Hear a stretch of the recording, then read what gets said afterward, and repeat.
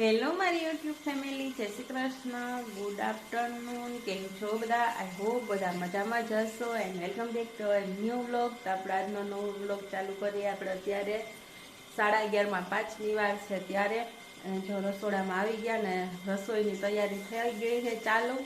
અને આજે આપણે બનાવવાનું છે કારેલાની કટકીનું શાક. તો જોઈ સુધારી લીધું છે.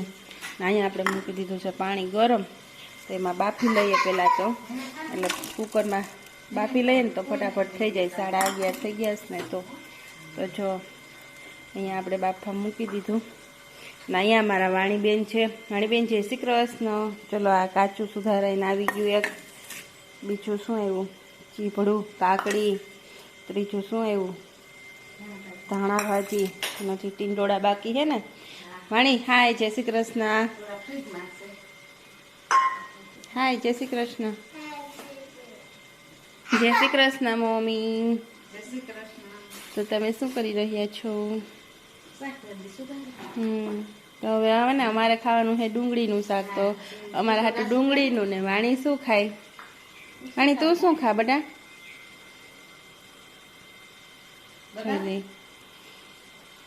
ટામેટું. અને વાણીના ચાંદલાની લાઈન જુઓ. વાણી જો તમારે સામું કેટલા ચાંદલા ચોડ્યા વાણીએ? 4. આજે એને એવો શોખ થયો ખાવાની. અને ચશ્મા ને બધું રેડી થઈને જ બેઠી છે વાણીબેન. તો એને ચશ્માને તો એવો શોખ ને કે વાત જવા દો. તો ચશ્મા તેને જોતા જ હોય. તો ચશ્મા ને બધું લઈ નાઈ ધોઈને તૈયાર થઈને બેઠી, પણ માથું ધોઈ પણ ભૂજ કાઢવા દીધી નથી એને. એમને મંબુડી વારેલી છે. કા વાણી? કયા કાઢશું આપણે? ઘૂસ કયા કાઢશું? અને આપણે જો શાકભાજી આવી ગયું ને અહીંયા આવી ગયા છે ચોખા. આપણે તો જો આપણે હે ને દાવતના ચોખા આવ્યા એ આ વખતે પપ્પા લઈ આવ્યા છે. અને હા, શાકભાજીને ધોઈ અને બહાર રાખી દીધું છે. અને ચાલો રસોઈની તૈયારી કરવા માંડીએ. કેમ કે આવી પછી કલાક એકનો ટાઈમ છે. ત્યાં તો બધા કદાચ આવા જ મળશે. તો હજી ઘણું કામ છે. હા, છાશ હલાવવાની છે, રોટલી ને રોટલા ને શાક ને. જે શનિવાર છે તો પપ્પાને શનિવારની ફરાળની તૈયારી, દાણા શેકવાના. મોટે ભાગે ચેવડો ખાઈ લઈએ એટલે વેફર ને એવું એના માટે ઓછું હોય, પણ કંઈક કરશું. અને અહીંયા આપણે જો કેરી પાકવા માંડીશ થોડી થોડી. તો આપણે આંબાની છે પણ કાંઈ નાખીને પકવતા નથી ને, એટલે થોડીક લીલી ને થોડીક પીળી ને એવું થાય. એમને ખુલ્લી જ પકવીએ, બીજું કાંઈ કાર્બેટર કે નહીં. તો જો થોડીક આ ટાઈપની થઈ ગઈ છે. રાહ જોઈ આ કર્યા ને કે આ લીલું છે લીલું છે, તો આ ઉપરથી એવું થઈ ગયું. તો એવું છે બધું. તો અત્યારે તો ચાલો પહેલાં રસોઈ બનાવી લઈએ અને પછી પાછા આગળ મળીએ આપણે થોડી વાર પછી. તો ચેનલમાં નવા છો તો ચેનલને સબસ્ક્રાઈબ કરી દેજો, લાઈક શેર અને કમેન્ટ કરજો. અને મળીએ આપણે આગળ ત્યાં સુધી. તો ચાલો અત્યારે વાગી ગયા છે 7 અને હું બનાવવા માંડી છું પાછી રસોઈ. તો આપણે બપોરે રસોઈ બનાવતા હતા, અત્યારે રસોઈ બનાવીએ. વચમાં વારો જ નથી આવ્યો આપણે વ્લોગ બનાવવાનો. કેમ કે ફ્રી થયા જાગ્યા ને પછી શાક ને એવું સમાર્યું, વાણી જાગી ને ત્યાં પછી રસોઈની ફટાફટ તૈયારી, નાસ્તો કરાવીને. કેમ કે આજે અમારે જવાના છે માતાજીના ગીત ગાવા માટે અમારા કુટુંબની અંદર છે ને.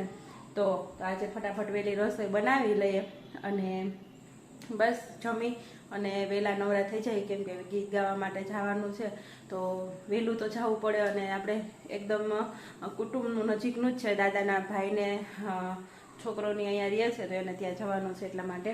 તો બસ ગીત ગાવા જવાનું છે તો 8:30 થાય. 8, 8:30 ફ્રી થઈ જવાનું છે. તો અત્યારે 7 તો વાગી ગયા. વાણીબેન કરે છે દીવાબત્તી અને બસ આપણી રસોઈ થઈ જાય એટલે બધા જમી અને નીકળીએ. તો ચાલો આજે તો હું તમને બતાવીશ કે માતાજીને આપણે રાંદલમાં તેડવા હોય તો એની અગાઉ આપણે માતાજીને નોતરવા પડે છે.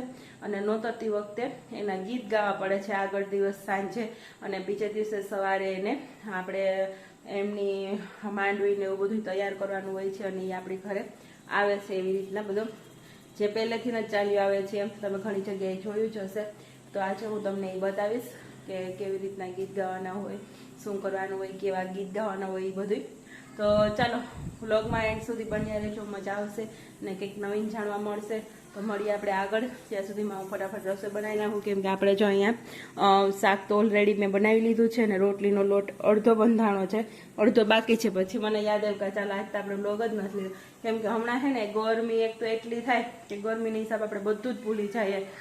કેમ કે હે ને અમારે તો ખુલ્લું છે બધી બાજુ. જો આ બાજુ ખુલ્લું છે અને ઝાડવા છે ને આ બાજુ ખુલ્લું છે એટલે અમારે પવન આવે છે, વાંધો નથી એટલો, અને ગ્રીનરી એટલી છે એટલે એટલો બધો વાંધો ન આવતો. પણ અંદર છે ને એટલી ગરમી થાય, બહાર જાય તો એકદમ ઠંડો જ પવન છે, પણ રસોઈ કરીએ એટલો ટાઈમ તો ગરમી લાગવાની જ છે.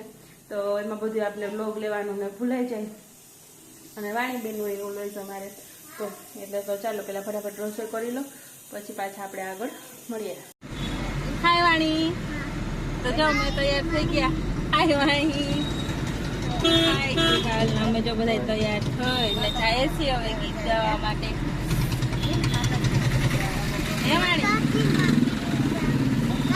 માતાજીના ગીત ગાવા જાઓ. જો બા મમ્મી બધા જઈએ છીએ અને રસ્તે નીકળી ગયા અને દુકાન ભેગા આવે છે, પપ્પા નથી આવતા.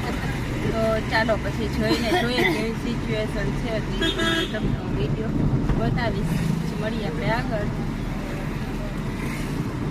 હા, ગીત ગાઈ એવી વાણી? હા. હે મજા આવી તને? હા.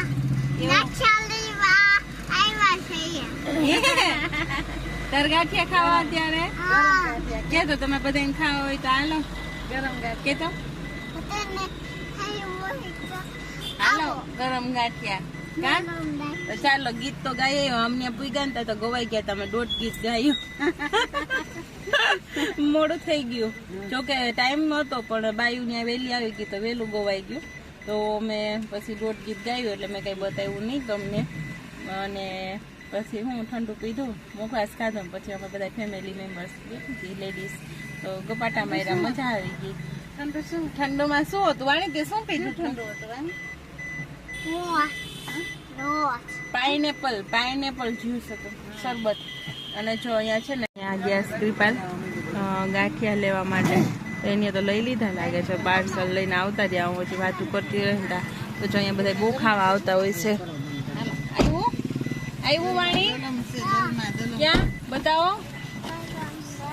જો આવી ગયો મારું ગરમા ગરમ ગાંઠિયાનું પાર્સલ. બરોબર થઈ ગયા માટી પાસે લ્યો. એવું આપણો છેલ્લો ગાણવો 400 ગ્રામ નો નીકળી ગયો. ઓહો, તો કેલો ને મને કે ભાઈ પૂરું થઈ ગયું, ચિપ્સે પૂરી થઈ ગઈ, ગાંઠિયાનો લોટે પૂરો થઈ ગયો. અત્યારમાં 11 વાગ્યા ત્યાં પણ થઈ ગયો લોહી તો જો અહીંયા હે ને એટલું કેટલું ફેમસ હશે. તો 11 વાગ્યા ને ત્યાં હે ને 11 વાગ્યા તા પૂરું થઈ ગયું એને, એટલે હવે અમારું છેલ્લો ઘાણું એને કાઢી નાખ્યો. બાકી અમારે આપણે અહીંથી ને રહી જાય, જોકે મારી ઈચ્છા નહોતી, કૃપાલની ઈચ્છા હતી, એટલે એક જગ્યાએથી તો બંધ રહ્યું, બીજી જગ્યાએ અમે ગયા હતા તો ત્યાંય પણ શાયદ એવું થઈ જાય, બચી ગયા. તમારો વાંધો ન આવ્યો. અત્યારે જો અમારે કેશોદની પબ્લિક બધી બહાર જ છે, હો તમને બતાવી દો, કેમ કે ગરમી છે ને એટલે. તો જો હમણાં અહીંયા રાજના અમારે ફેમસ ગોલા છે ને, તો ત્યાંય પણ એટલી પબ્લિક છે. જો આ બધી કાર ઉભી છે ને એ બધી ગોલાવાળાની જ છે. અને જો અહીંયા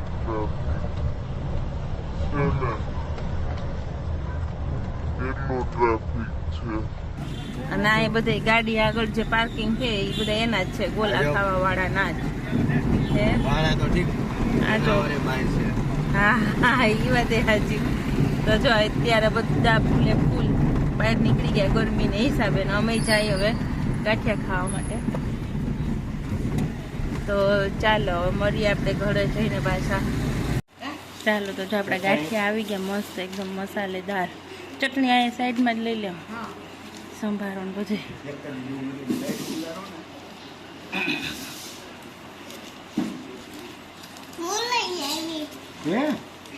વાણી લઈએ એવી. ચલો છટણે ને ગોઠિયો યો અટપા થયા કરો, ફોટો પાડી દો બસ.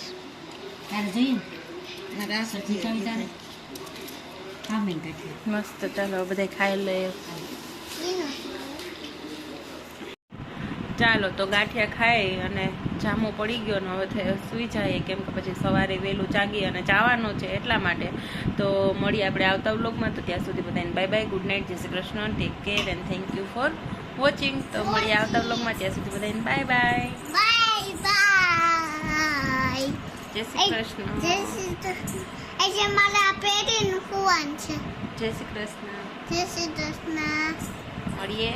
પછી થેન્ક યુ ફોર વોચિંગ આપે હું આયા આ પેરેન ફોન છો હું પહેરીને હું તારે આ એવું તને થાય અત્યારે અમને. એના હાથમાં જો આ ડાયપરનું આવી ગયું છે તો કે મારે અત્યારે આ પહેરીને હું બોલો અત્યારે થાય ઈ નાની હતી ને ત્યારનું છે એને મેં ક્યારેય ડાયપર પહેરાવ્યા જ નથી 3 વર્ષની થઈને એમાં ક્યારેક એવું એમરજન્સી હોય કે કોકની ઘરે ગયા હોય ને કે આ ગોદડી કે આપણે એમ થાય કે નથી લીધી તો આ લીધું હોય તો એને મેં પહેરાવ્યું હોય છે બાકી ક્યારેય નહીં ગમે એટલી ગોદડી ચેન્જ કરવી પડે ને હું રાતે ઉઠીને ગોદડી ચેન્જ કરી નાખતી બહાર ગયા હોય ને ત્યાં પણ એવું લાગે કે અહીંયા આવું કરશે એટલા માટે મેં લીધું હોય તો ત્યારનું પડ્યું છે હવે અત્યારે થાય અત્યારે આટલી મોટી થઈ ગયા જો આટલી મોટીને નાનું ડાયપર ક્યાંથી થાય જો તો હવે એને ઈ પહેરવું છે તો ચાલો જોઈએ છીએ હવે મળીએ આપણે આગળ આવતા બ્લોગમાં ત્યાં સુધી બાય બાય.